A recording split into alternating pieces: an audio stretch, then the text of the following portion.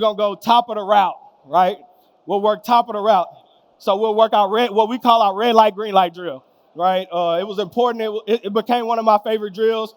I coached with the Rams. I was a couple years ago, I got to be the youngest coach in the NFL. I got to be around some guys like Cooper Kupp. I got to be around Allen Robinson.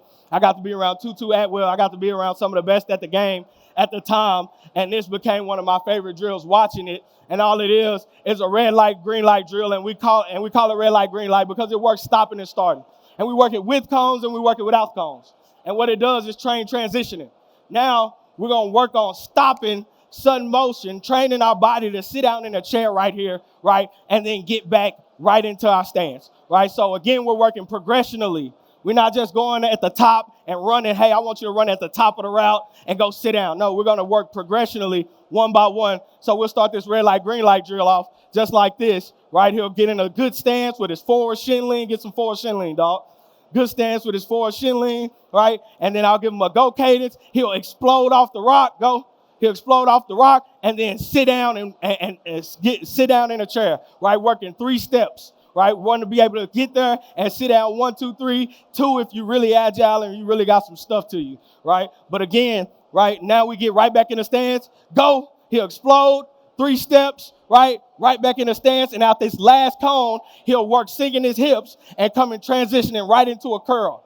Again, progression. Now we've worked from stance and starts. We've worked from releases. Now we work from holding our line. Now we're working on transitioning out of the top of our break, and we've broken down step by step so we don't skip anything.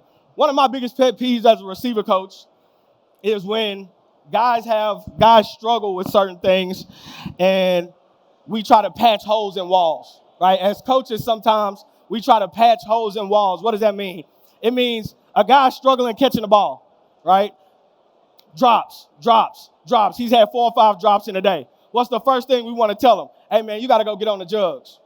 That's patching a hole in the wall, right? That's us being lazy coaches, and I've been there at times, right? We have to have a plan and a progression to get him better. What does that plan and progression look like? He might not be struggling just catching the ball. He might be struggling finding the ball out of a transition. So what do I have to do? I have to work back almost like a doctor, right? I have to work back and start from, okay, what's before the catch point? If he's struggling with releases, what's before releases? So we're going to start with his stance and starts, and then we're going to work in the releases. And then we're going to work in the stems. Then we're going to work backwards and work from releases in the stems back to stance and starts, right? So again, having a plan and a progression of teaching allows you to go forward and backward and check each box and making sure, sometimes your back is hurt. And it's not your back, it's your knee. Right? It's the same thing, right? Sometimes I'm struggling getting out of releases. Sometimes it's not the release, it's my stance. I'm in a bad stance, so I can't get off the ball. Sometimes I'm struggling getting in the stems, right? It's not my stem, it's the release I'm taking. Sometimes I'm struggling transitioning. It's not the transition, it's the stem I'm taking that it doesn't allow me to come back and get out of my break. So again, we go red light, green light. The next thing we do is we go red light, green light. Again, let's start back again from the top. We go red light, green light without any cones, right? So we pick up the cones, right? Let's go over here. Pick up the cones and go red light, green light. What does this do now? Now we've trained our body to make these movements, to sit down in a chair over and over again. Now what we're going to do, right, is do it with no cadence. Now he doesn't know it's coming. He doesn't know when I'm going to stop him, so he has to have regulated steps, right? We talk about having regulated steps, not having any baby steps in between our routes. We never want to start stuttering in routes. We want every step to be regulated, so you never know when I'm coming out my break.